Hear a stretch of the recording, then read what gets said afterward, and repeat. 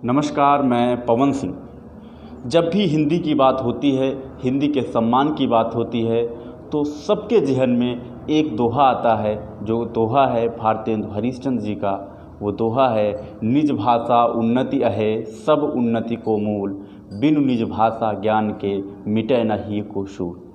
इन पंक्तियों का आशय ये है कि हम जितनी भी उन्नति अपने जीवन में करते हैं, उसका जो आधार होता है वो हमारी मातृभाषा होती है।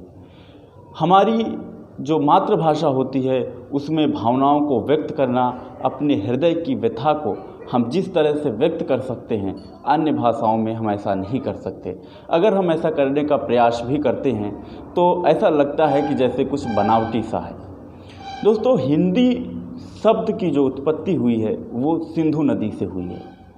पूर्व में ईरान से आए हुए लोग सा को हा बोलते थे, यानी सिंधु को हिंदू बोलते थे। हिंदू से हिंद बना और हिंद से हिंदी। यानी कि आपने एक नारा सुना होगा, हिंदी चीनी भाई भाई। आज़ादी के बाद ये नारा तत्कालीन सरकार द्वारा दिया गया था कि हिंदी चीनी भाई भाई। चीनी चीन की भाषा है और हिंदी, चूँकि हिंदुस्तान में हिंदी बोली जाती है तो यहाँ पर रहने वालों को भी हिंदी के नाम से संबोधित किया गया। हिंदी का जो सम्मान हिंदी को मिलना चाहिए था, वो सम्मान हिंदी को नहीं मिला। 71 वर्ष हो गए हैं हिंदी को राजभाषा का दर्जा मिले हुए। 1949 में हिंदी को राजभाषा का दर्जा मिला था और 73 वर्ष हो गए हैं भारत को आज़ाद हुए। लेकिन हमने हिंदी का संवर्धन, हिंदी के महत्व को हमारी सरकारों ने, हमारे समाज ने स्वीकार नहीं किया। अभी हाल ही में जो नई शिक्षा नीति 2020 आई है, जिसमें कि हिंदी को और क्षेत्रीय भाषाओं को जो महत्व दिया गया है वो तारीफ़ के काबिल है।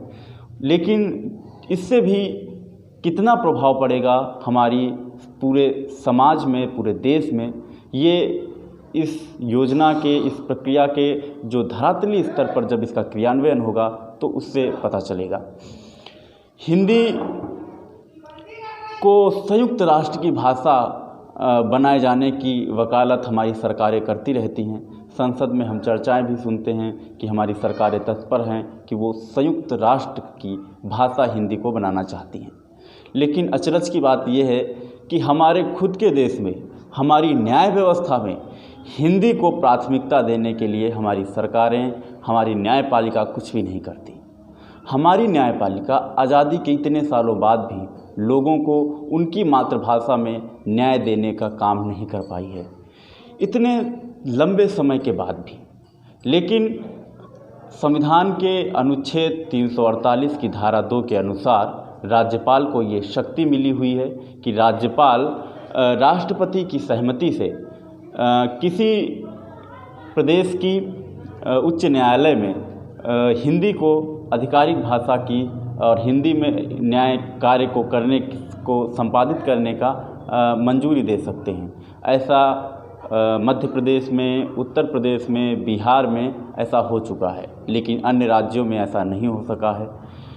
हिंदी को सबको सपोर्ट करना चाहिए और ख़ास करके जो हमारे विद्यार्थी हैं, जो उनके माता पिता हैं, ऐसी मानसिकता हमारे समाज में विकसित हो गई है कि माँ बाप बड़े गर्व से कहते हैं कि भाई हमारा बेटा अंग्रेज़ी मीडियम में पढ़ता है, इंग्लिश मीडियम में पढ़ता है।